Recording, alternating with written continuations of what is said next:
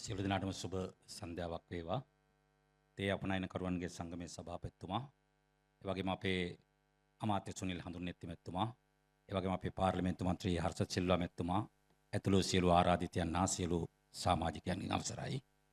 අපි සන්තෝෂ වෙනවා අපේ තේ අපනයනකරුවන්ගේ සංගමේ 26 වෙනි මේ සංවත්සරයට අපිට සහභාගී වෙන්න ලැබීම පිළිබඳ අපට ආරාධනා කිරීම පිළිබඳ ස්තුතිවන්ත වෙනවා. ඒ වගේම රටේ ආර්ථිකයට විශාල දායකත්වයක් සපයන තේ කර්මාන්තය සම්බන්ධයෙන් හොඳ අවබෝධයක් සහිතව කටයුතු කරන බව සභාපතිතුමාගේ ඉදිරිපත් කිරීම වලිනුත් අපිට පැහැදිලි වුණා. ඒ පිළිබඳවත් අපේ සතුට ප්‍රකාශ කර සිටිනවා. අපි දන්නවා අපේ රටේ ජන ජීවිතයත් එක්ක විශාල ලෙස බැඳිච්ච කර්මාන්තයක්, ජාතික ආර්ථිකයට විශාල ශක්තියක් දෙන කර්මාන්තයක්, රටට අවශ්‍ය විදේශ විනිමය උපයා දෙන විශාල කර්මාන්තයක්. ඉතින් කර්මාන්තය උන්නතිය වෙනුවෙන් අපි අමාත්‍යංශයක් හැටියටත් මේ ශේෂ්ත්‍රයේ සියලු දෙනා සමග ඒකාබද්ධ වෙලා කටයුතු කරමින් ඉන්නවා. එහිදී තේ අපනයනකරුවන්ගේ සංගමයේ හැටියට අපත් සමග සුහදව දක්වන දායකත්වයටත් මම මේ මොහොතේ ස්තුතිවන්ත වෙනවා. අපි දන්නවා මේ කර්මාන්තයේ ඉතිහාසය ගත්තම අධිරාජ්‍යවාදීන්ගේ යුගයේ ඉඳන් පැවතෙන එකක්. 1860 දී පළවෙනි තේ පැලේ ජේම්ස් ටේලර් මහත්මයා ලංකාවේ හිටවලා ඒක වතු හැටියට ප්‍රමාණවත් විදියට පෝෂණය වෙමින් ඇවිල්ලා 1875 ලූල් කඳුරු වතුයායේ තේ කර්මාන්තශාලාවේ පළවෙනි තේ නිෂ්පාදනය කරලා තේ ටොන් 23ක් ඉතිහාසයේ සඳහන් වෙන්නේ ලන්ඩන් වෙළඳපොළට නිකුත් කිරීම සමග ආරම්භ වෙච්ච කර්මාන්තේ අද ඔබ තමුන්නාන්සලා විසින් සැලකිය යුතු මට්ටමකට අරගෙන ඇවිල්ලා තියෙනවා.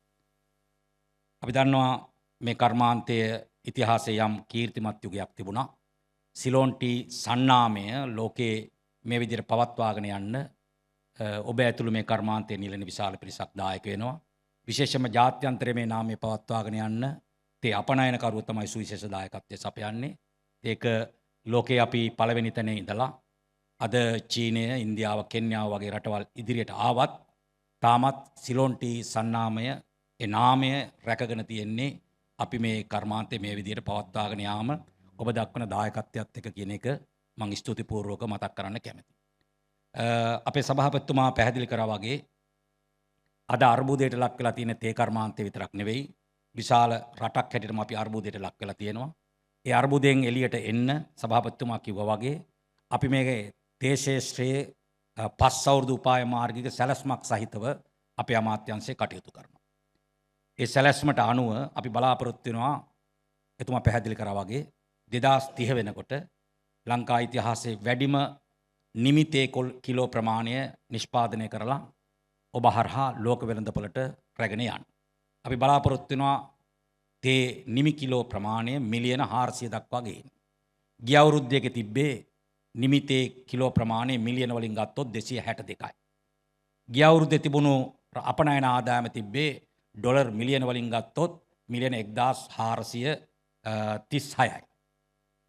දැන් අපි එක ගේන්න ඕනේ 2030 වෙනකොට මිලියන 400ටත් ඒ වගේම ආදායම අපි අපනයන ආදායම ඉලක්ක කරලා තියෙනවා ඩොලර් බිලියන් 2.5ක් නැත්නම් මිලියන් වලින් ගත්තොත් අපි 2500ක්. ඒක අමාත්‍යාංශය හැටියට අපිට තනියම කරන්න පුළුවන් එකක් නෙවෙයි. අපි සියලුම මේ ශේෂ්ත්‍රයේ සියලුම අහුල්කරුවන් එකතු වෙලා ඒ කාර්යභාරය කරන්න ඕනේ. මේ තේ කර්මාන්තයේ මේ විදිහට පවතින පැහැදිලි කරා වගේම විශාල පංගුවක් දක්වන්නේ බිම් මට්ටමේ ඉන්න කුඩා තේ වතු හිමියෝ. මේ රටේ සමස්ත තේ නිෂ්පාදනයේ 75ක් ඔවුන් සපයනවා. එඳ අද අපි මුණ දෙන අමාත්‍යාංශයට මුණ දෙන අභියෝගයක් තමයි මේ කුඩා තේ වතු හිමියන් ශක්තිමත් කරලා ඔවුන් වගාවේ රඳවගෙන ඔවුන් වගාවේ රඳව ගන්න නම් ඔවුන්ට ඒ වගාව ලාභ ලබන තත්ත්වයට පත් කරලා දෙන්න ඕනේ. ලාභ ලබන තත්ත්වයට පත් කරලා දෙන්න නම් පොහොර ටික සහ තාක්ෂණය දෙන්න ඕනකම තියෙනවා. ආන් ඒවා සපයා ගැනීමේ අවශ්‍යතාවයක් තියෙනවා. ඒ වගේම අපි පෙරහිදත් මහ පරිමාණ වතු සමාගම් 23ක් අපේ රටේ තියෙනවා. ඒ 23ම අපි කැඳෙව්වා කම්කරු ඇමැතුමත් අපිත් මූලික වෙලා කරුණු කීපයක් අපි එහිදී සාකච්ඡා කරනු ලැබුවා. ඒ ප්‍රධාන සාකච්ඡාවක් බවට පත් කරගත්තා මේ 2030 ඉලක්කය. දැන් අපි දන්නවා අපි රටේ ඇවිදිනකොට ඔබ තමුන්නාන්සලා දැකලා තියෙනවා මහ පරිමාණ තේ වතු යායවල් සමහර ඒවා වගා වෙලා නැහැ. එතකොට ජනාධිපතිතුමා අපේ අනුර කුමාර දිසානායක සහෝදරයා පාර්ලිමේන්තුවේ අයවැයේදී ප්‍රකාශ කරා ඌන උපයෝගිත ඉඩම් මේ රටේ තියෙන්න බෑ ඒවා වගාවට සංවර්ධනයට මොනියම් හෝ කාර්යයකට පාවිච්චි කරන්න ඕනේ කියලා. ඒ වුණා දැන් අපේ අමාත්‍යාංශය සතු ජනවසම රාජ්‍ය වැවිලි සංස්ථාව ආදී වශයෙන් අපේ අමාත්‍යාංශයට අයිති මේ වැවිලි ශේෂ්ත්‍රයේ තියෙන ආයතනවල ඌනෝපයෝගිත ඉඩම් අපි දැන් මැනුම් කටයුතු කරලා අධියරෙන් අධියර වගාව සඳහා යොදා ගන්න අපි ප්‍රසිද්ධ කරමින් ගන්න පුළුවන් ආයෝජනය කරන්න පුළුවන් අයට ලබා දෙන්න සූදානම් කරලා තියෙනවා. ඒ වගේම අපි අර වතු සමාගම් වලටත් කිව්වා ඒ සමාගම් වලත් තියෙන ඌනෝපයෝගිත ඉඩම් අනිවාර්යයෙන්ම එක්කෝ ඒ සමාගම් විසින් වගා කරන්න ඕනේ. නැත්නම් ඒ ගිවිසුම් ප්‍රකාරව උන්ට අතුරුබදු දෙන්න පුළුවන්. එහෙම දෙන්න ඕනේ. නැත්නම් අපිට රජයක් හැටියට සිද්ධ වෙනවා. ඒ උණු උපයෝගිත ඉඩම් වගා කරන්න පුළුවන් විදිහට අදාළ ක්‍රම සම්පාදනය සඳහා සිදු වෙනවා කියන එක අපි උන්ට පැහැදිලි කරා. ඒ අනුව දැන් අපි මේ ඉලක්ක සහගත පස් අවුරුදු උපාය මාර්ගික සැලැස්මක් ඇතුලේ කටයුතු කරමින් ඉන්නවා. දාද හවස අපේ පාර්ලිමේන්තුවේදී අපේ අමාත්‍යාංශ උපදේශක කාර්ය සභාව පැවැත්වුණා. එතෙන්දීත් අපේ පාර්ලිමේන්තුවේ ගරු මන්ත්‍රීවරුන් අදහස් දැක්වුවේ මේ ඉලක්කය උඩ මට්ටමේ සාකච්ඡා කරාට තාම බිම් මට්ටමට මේක ගිහිල්ලා නැහැ. එහෙනම් මේක දැවන්තර මෙහෙයුමක් වැඩපිළිවෙලක් හැටියට ගියොත් තමයි අපිට ඔය කියන ඩොලර් බිලියන් 2.5 මිලියන 400 කියන ඉලක්කයත් ළඟා කරගන්න පුළුවන් වෙන්නේ. අන්න ඒ කාර්යයට මම මේ තේ අපනයන කරුවන්ගේ සංගමයෙන් අපි සහාය බලාපොරොත්තු වෙනවා.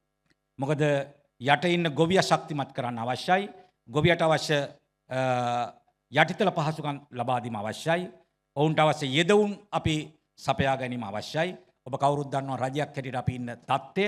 ඒ නිසා අපි ඔක්කොම ඒකාබද්ධ වුණොත් අපි ඔක්කොම ශක්තිමත් වෙලා කටයුතු කරොත් මේ ඉලක්කය අපි අනිවාර්යෙන් සපුර ගන්න එක අපහසුයක් වෙන්නේ නැහැ. අපි සතුටු වෙනවා ගිය අවුරුද්දට සාපේක්ෂව මේ අවුරුද්ද ගත්තොත් අපි ගිය අවුරුද්දේ මම කිව්වා අපේ ආදායම තිබුණේ ඩොලර් මිලියන් වලින් 1436යි. අපි මේ අවුරුද්දේ මුල් කාර්තුවේ මුල් මාස 3 ගත්තොත් අපේ ආදායම ඩොලර් මිලියන අපි 371ක් දක්වා අරගෙන ඇවිල්ලා තිබුණා. ඒක ගිය අවුරුද්දට සාපේක්ෂව 5%ක වර්ධනයක් ලබාගෙන තියෙනවා. අපි මේ බලාපොරොත්තු වෙනවා මේ අවුරුද්දේ ඇත්තටම ගත්තොත් ගිය අවුරුද්දේ ගත්ත නිමි කිලෝ ප්‍රමාණය මිලියන 262 මෙතෙන්දිත් පැහැදිලි කරා ඒක 275 දක්වා ගේන්න අපි හිතනවා දැනට තියෙන තත්ත්වයට අනුව ඒක 275ත් ඉක්මවා ගිහිල්ලා 280 වගේ ප්‍රමාණයකට ළඟා වෙන්න පුළුවන් කියලා අපි විශ්වාස කරනවා. දැන් අපි මේ වෙනකොට ඇත්තටම අපේ ලෝකයේ තියෙන තේ කර්මාන්තයත් අපේ තේ කර්මාන්තයත් සලකලා බැලුවම ලෝකේ තාක්ෂණීය ඉහළින්ම යොදව ගන්නවා. ඒ වගේම නව පර්යේෂණ සිදු කරමින් තියෙනවා. ඉතින් අපට සිදු වෙනවා ඒ තත්ත්වයන් වලට අපේ රටේ තේ කර්මාන්තයත් පත් කර ගැනීම. එතනට අපි අමාත්‍යංශයේ මෙහෙයුම් කටයුතු කරමින් තිබෙනවා. ඉතින් අන්න ඒකෙදී අපි දකිනවා දැන් අපි මිලියන 400ක් තේ නිෂ්පාදනය කරාට අපනයන කරුවන් හැටියට ඔබත් සූදානම් වීමේ අවශ්‍යතාවයක් තියෙනවා. අපිට ඉදිරියේ සාකච්ඡා කරන්න වෙයි. 262ක් අලෙවි කරපු අපනයන කරුවන්ට සිද්ධ වෙනවා 2030 වෙනකොට මිලියන 400ක් තේ කිලෝ අපනයනය සඳහා සූදානම් වෙන්න. වෙළඳපොළට දාන්න දේශීය සහ විදේශීය වෙළඳපොළ තුළ තමයි මේ ටික අපිට විශේෂයෙන්ම විදේශීය වෙළඳපොළ සඳහා යන්න ඕනේ. එතකොට අපි නව වෙළඳපොළවල් සොයා ගැනීමේ උවමනාවක් තියෙනවා. ලෝක වෙළඳපොළත් එක්ක තරඟකාරීත්වයට තරඟ කරන්න නම් අර කිව්වා වගේ අගේ එකතු කරමින් නව නිෂ්පාදන වලට යමින් අපි යා යුතුව තිබෙනවා. ඒ සඳහා අවශ්‍යතාවයක් තියෙනවා. අතන මෙතන පැහැදිලි කරා වගේ ඔබ මුහුණ දෙන සමහර රජයේ පැත්තෙන් මුහුණ දෙන ප්‍රශ්න එක්ස්ට්‍රැක්ට් වෙන්න පුළුවන් වැට් ප්‍රශ්න වෙන්න පුළුවන්. පහුගිය කාලේ ඔබතුමාලා අපිත් එක්ක කතා කරා. මුදල් අමාත්‍යාංශයත් එක්ක සාකච්ඡා කරලා निराකරණය කර ගැනීමේ අවශ්‍යතාවයක් තිබුණා. අපි ඒකට ඔබතුමාලට අවස්ථාව සපයලා දුන්නා. මම හිතනවා අපේ ටී බෝඩ් එකේ සභාපතිතුමා කිව්වා සාකච්ඡාවේදී කාර්යයන් හොඳට පැහැදිලි වුණා කියලා. ඉදිරියටත් මේ මොන හැවුම් ගැටලුවක් තියෙනවා නම් ඒවට අමාත්‍යාංශයක් හැටියට රජයක් හැටියට අපි සහාය දීලා මේ කාර්ය ඉස්සරහට ගෙන යන්න සූදානම් කියන පණිවිඩය දෙනවා. අවසන් වශයෙන් මම ස්තුතිවන්ත වෙනවා. අපි රජයක් හැටියට මේ රට පරිවර්තන යුගයක දැන් අපි ඉන්නේ. දේශපාලන ක්‍රමයේ වෙනසක්, සමාජ ක්‍රමයේ වෙනසක්, ආර්ථික ක්‍රමයේ වෙනසක් අපි බලාපොරොත්තුෙන් ගමන් කරමින් ඉන්නේ. ඒ කාර්යයේදී අපි ප්‍රධාන ව්‍යාපෘති 3ක් මේ අවුරුද්දේ ආරම්භ කරලා තිබ්බා. එකක් අපි ක්ලීන් ශ්‍රී ලංකා වැඩසටහන, ඩිජිටල් කරණය, දිලිඳුකම තුරන් කිරීම කියන වැඩසටහන්. ඔබත් අපනයන කරුවන් හැටියට සාමූහිකව මේ රටේ එක් වැඩසටහන් වලට දායකත්වය දෙනවා. ක්ලීන් ශ්‍රී ලංකා වැඩසටහනට මෙතන ඉන්න සංගමයක් හැටියටත් උදව් කරා. පුජ්‍යලෝ හැටියටත් උදව් කරා. ඒවත් අපි කෘතවේදීව සිහිපත් කරනවා. මේ රටක් හැටියට රට ගොඩනගමින් අභිමානවත් රටක් හැටියට රට ඉදිරියට ගෙන යමින් සිලෝන් ටී නාමයේ ලෝකේ රඳවමින් සමහරට ලංකාව ලෝකේ අඳුරගන්නේ ශ්‍රී ලංකාව කිව්වට වැඩිය එක් අවස්ථාවල සිලෝන් ටී කිව්වම අපේ රට අඳුර ගන්නවා. ඒ සන්නාමය තවදුරටත් ප්‍රවර්ධනය කරමින් පවත්වාගෙන යන්න අද මේ පත්වෙච්ච නිලධාරි මණ්ඩලයටත් අපි සුබ පතමින් මේ සංගමයටත් අපේ සුබ ප්‍රාර්ථනය ඉදිරිපත් කරමින් එනම් මම නවතිනවා බෙහෙවින්ම ස්තුතියි.